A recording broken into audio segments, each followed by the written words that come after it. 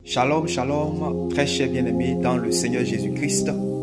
Que la grâce et la paix du Dieu de paix vous soient abondamment communiquées au nom suprême du Fils de Dieu, Jésus-Christ de Nazareth, le ressuscité d'entre les morts. Celui qui a donné un sens à ma vie, de mort que j'étais, il a soufflé son souffle de vie, l'esprit de vie qu'il a ressuscité d'entre les morts. Il a soufflé ce souffle contenu dans sa parole. Et lorsque j'ai entendu sa parole, moi qui étais mort spirituellement dans la débauche, mort spirituellement dans la frivolité, mort spirituellement dans la carcasse de la religiosité humaine, moi qui étais mort spirituellement dans la vantardise, moi qui étais mort spirituellement dans les péchés honteux tels que la masturbation chronique, la fornication et toutes sortes de vices. J'étais lié par les iniquités telles que l'alcool, la drogue, et j'étais vendu au péché. Et il est arrivé à un point de ma vie où j'ai dit: qui me délivrera de ce corps de mort? Parce que ce corps de mort était livré à lui-même, sans secours, sans défenseur, sans sauveur. La religion ne faisait que me séduire. La religion ne faisait que me dire: fais ceci et tu auras cela, fais ceci et tu auras cela, fais ceci et tu auras cela. Mais il n'y avait personne dans le ciel, il n'y avait personne sur la terre, il n'y avait personne sous la terre pour pouvoir me délivrer. Si ce n'est que le nom suprême, le nom le plus élevé des rois de la terre, le nom le plus souverain, le nom le plus majestueux, le nom le plus puissant de l'univers, le nom de Jésus-Christ de Nazareth. Quand j'ai entendu que cet homme a la possibilité d'ôter mon péché, que cet homme a la possibilité de me délivrer de toutes sortes d'iniquités, et que j'ai cru dans mon cœur, j'ai accepté, oui, sa venue, son intervention dans ma vie, et ma vie aujourd'hui est restaurée. Je peux crier Alléluia, parce qu'aujourd'hui je suis un homme libéré du pouvoir du péché. Je suis un homme libéré du pouvoir de l'iniquité, et je vais chanter ma délivrance.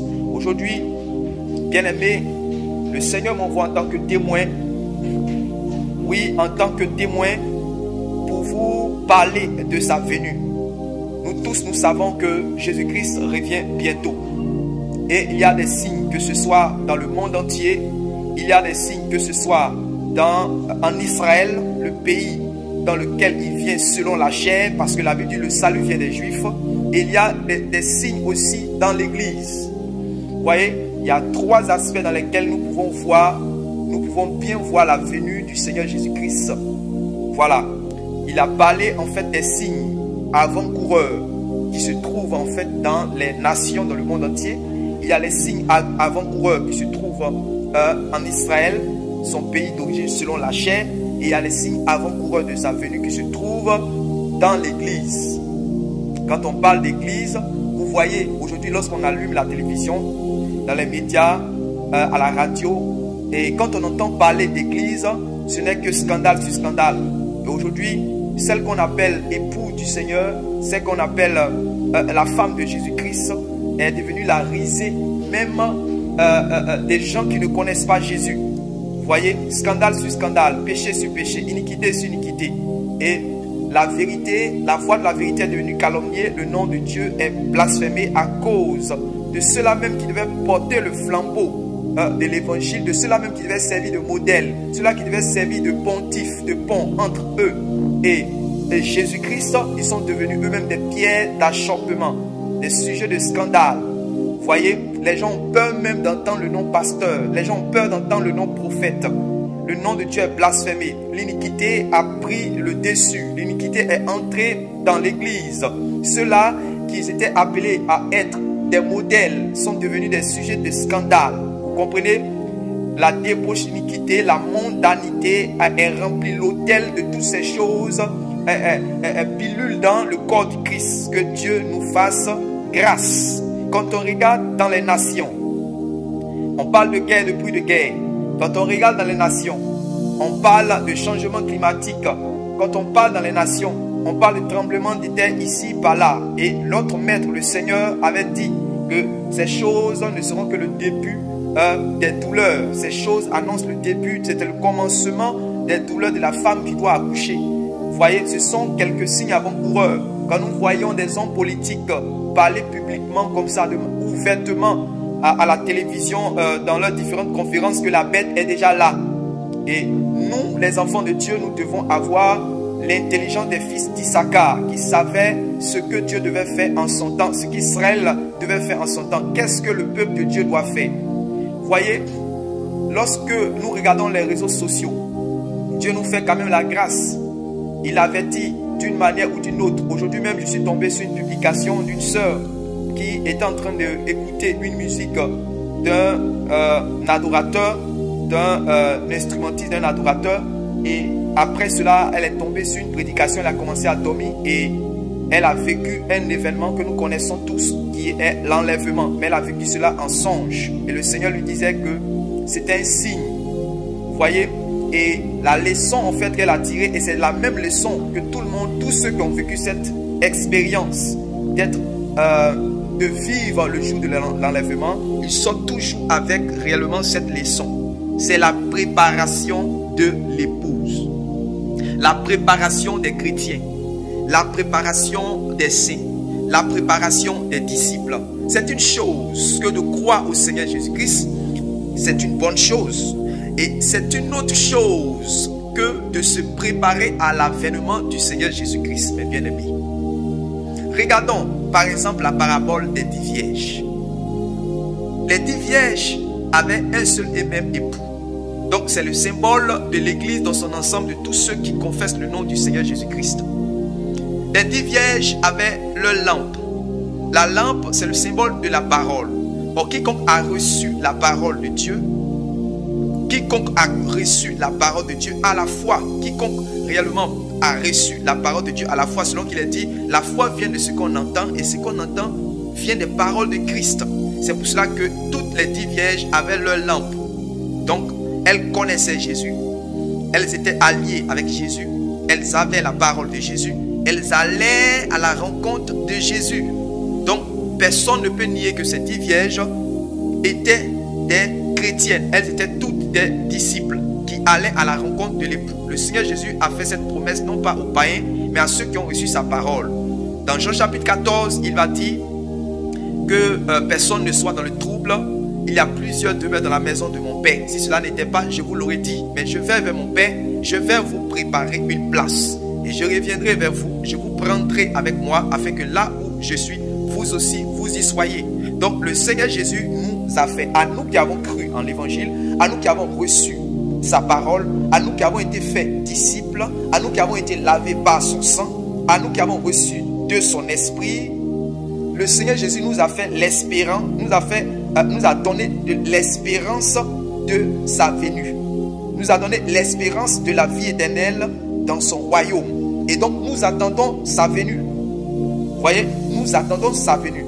Et notre marche ici-bas est un court séjour terrestre où nous devons faire nos preuves. Nous devons montrer que nous avons réellement cru au Seigneur Jésus. Nous devons montrer que nous avons réellement reçu l'Esprit afin de pratiquer les œuvres pour lesquelles nous avons été créés en Jésus-Christ.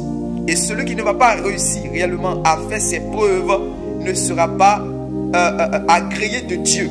Dans Jean chapitre 15, on parle du vigneron et on parle du cep. Le vigneron, c'est le Père. Le cep, c'est le Christ. Et les branches qui sont connectées au cep, ce sont les disciples. Mais vous comprenez que dans le premier verset, on dit que le vigneron coupe toute branche qui ne porte pas de fruits. Donc, je peux être une branche, quoique connectée au cep, et ne pas porter, voilà, ne pas porter de fruits. Vous comprenez? Ne pas porter de fruits. Donc, dans notre court séjour terrestre, nous sommes appelés à porter des fruits dignes de la repentance. Dans notre court séjour terrestre, nous sommes appelés à porter des fruits à la gloire du vigneron, qui vont satisfaire le vigneron. Nous sommes appelés à marcher d'une manière digne de l'évangile, une manière qui honore Dieu. C'est ça la préparation. Et cette manière de vivre ne sort pas par hasard. Ce n'est pas un don spirituel. C'est une culture d'obéissance à la parole de Dieu. Un homme ne naît pas patient. Un homme ne naît pas bénin. Je parle de bénignité. Un homme ne naît pas doux. Un homme ne naît pas bon. Un homme ne naît pas charitable. Un homme ne naît pas vertueux. Un homme ne naît pas pieux. Un homme ne naît pas tempérant. Vous voyez? Un homme ne naît pas patient, miséricordieux, compatissant. Toutes ces qualités-là, vous voyez ce que l'apôtre Pierre disait. Il dit, après avoir reçu l'évangile et après que nous sommes détournés, après avoir entendu l'évangile, nous sommes détournés de la vaine manière de vivre. Il parle de la repentance et nous sommes devenus participants de la nature divine, ayant reçu la foi au Seigneur Jésus-Christ. Maintenant, il nous exhorte, il exhorte tous les disciples, tous ceux qui prétendent avoir la foi, tous ceux qui ont la foi, d'ajouter à leur foi des éléments qui vont leur permettre de ressembler à Jésus-Christ, leur Seigneur. Et ce sont les éléments tels que sont les fruits de l'esprit en fait. Ce sont les fruits de l'esprit en fait. Ce sont les œuvres justes des saints. Et c'est ça en fait que Dieu recherche dans la vie de tous ceux qui vont à la rencontre du Seigneur. Mais ce n'est pas facile d'arriver à là parce que nous avons le monde. Nous vivons dans un monde hostile qui va devenir de plus en plus difficile. Nous vivons dans un corps fait de chair. Voilà, donc on sera passé à la tentation. La tentation va venir contre nous. Et nous avons aussi le diable comme adversaire. Vous voyez? Et le diable a plusieurs manières d'attaquer les saints pour faire la guerre à leurs armes. Vous comprenez? Il y a par exemple la séduction. Regardez plusieurs personnes qui ont commencé bien la marche, mais aujourd'hui, ces personnes-là ont été séduites et vous ne les voyez plus courir la course de la foi. Et vous ne les voyez plus, ceux que vous avez vus autrefois combattre le bon combat, aujourd'hui, vous ne les voyez plus combattre le bon combat. Pourquoi? Parce qu'ils ont été séduits. Le diable a une autre arme qui est la tentation. Une autre arme encore qui est l'accusation. Une autre arme encore qui est quoi? L'intimidation. Une autre arme qui est quoi? La persécution. Vous voyez? Et tout cela, c'est pour que nous puissions abandonner la foi. Nous puissions apostasier. Vous voyez?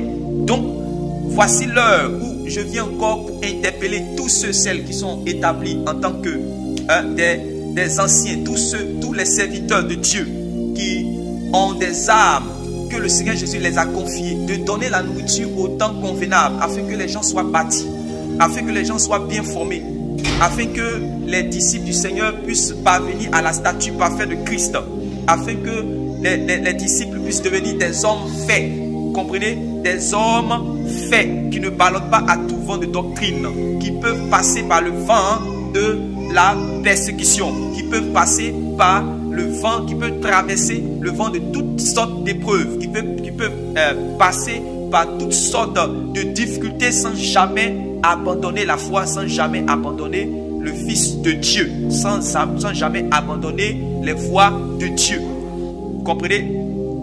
Voici mon exhortation de ce matin.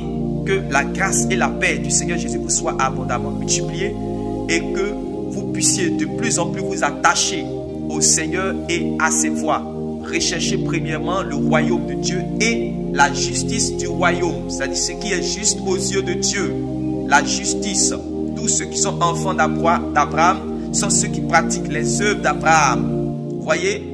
Tous ceux qui sont enfants d'Abraham sont eux qui pratiquent les œuvres d'Abraham. Jésus-Christ a dit que les Juifs n'étaient pas des fils d'Abraham parce que ces Juifs ne pratiquaient pas les œuvres d'Abraham. Ils ont juré, nous avons Abraham pour père. Jésus-Christ dit, vos œuvres montrent qui est votre père.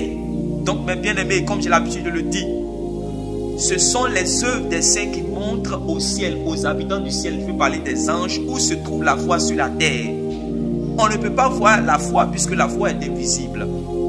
Mais c'est notre obéissance en réalité qui démontre où se trouve la foi. Jésus-Christ dit quand il va revenir, est-ce qu'il va trouver la foi sur la terre? Voici la question. Voici la question. Quand le Fils de l'homme viendra, trouvera-t-il la foi sur la terre? Et c'est à nous de répondre si oui ou non. C'est personnel. Alléluia. C'est entre Dieu et nous. Que la grâce et la paix du Seigneur Jésus nous soient abondamment multipliées.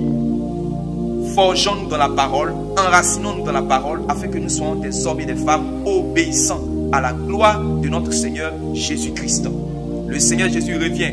Les signes sont là. Le Seigneur est à la porte. La trompette, les trompettes sont déjà à la bouche des saints. Les taux se resserrent. Les choses réellement sont en train de se préparer. Et nous devons rester connectés, continuer à travailler pour la dispensation de l'évangile, pour que les âmes soient gagnées et ces âmes soient bien formées à l'image du Fils de Dieu. Nous devons de plus en plus investir dans l'évangélisation sans jamais nous fatiguer financièrement, spirituellement, matériellement, tout ce que nous pouvons faire pour que plus d'âmes soient gagnées. Parce qu'actuellement, l'ennemi aussi est en train de faire pour que plus d'âmes puissent se perdre. Vous voyez, nous sommes dans un combat et nous devons combattre le combat de la foi.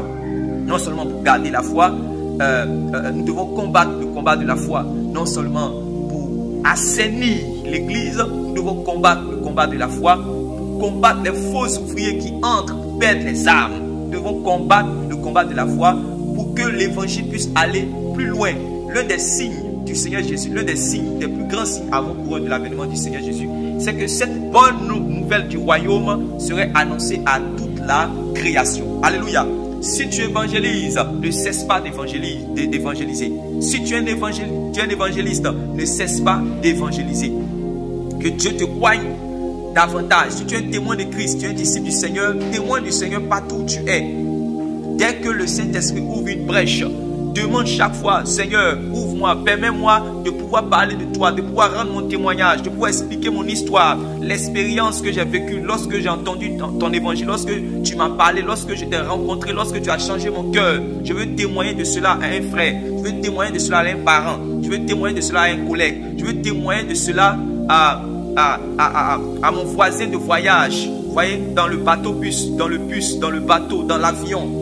Permets, ouvre la brèche Saint-Esprit afin qu'une âme puisse être délivrée des ténèbres, puisse être délivrée des liens de Satan, arriver à la lumière. Le temps est court. Faisons ce que nous pouvons faire pour Dieu dès maintenant. Il va arriver un temps où nous n'allons plus pouvoir le faire. Il dit travailler pendant qu'il fait jour, car la nuit vient où nous ne pourrons plus travailler. Il y avait certains pays chrétiens où les gens pouvaient se réunir aisément pour invoquer le nom du Seigneur. Mais aujourd'hui, 10 ans après, 15 ans après, 20 ans après, aujourd'hui ces pays-là sont islamisés. Ces pays-là sont dans une autre religion. Vous voyez? Donc, nous devons faire tout ce que nous pouvons pour qu'une âme soit sauvée.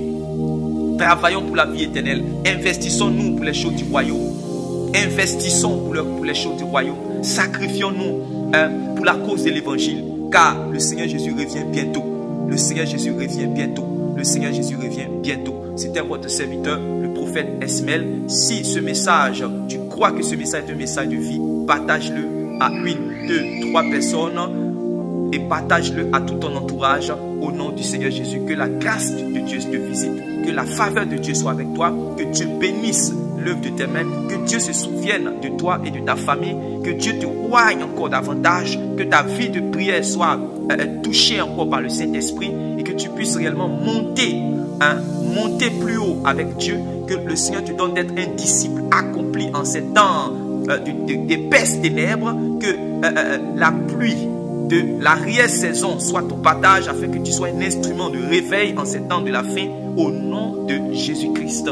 Amen. Shalom, shalom, shalom.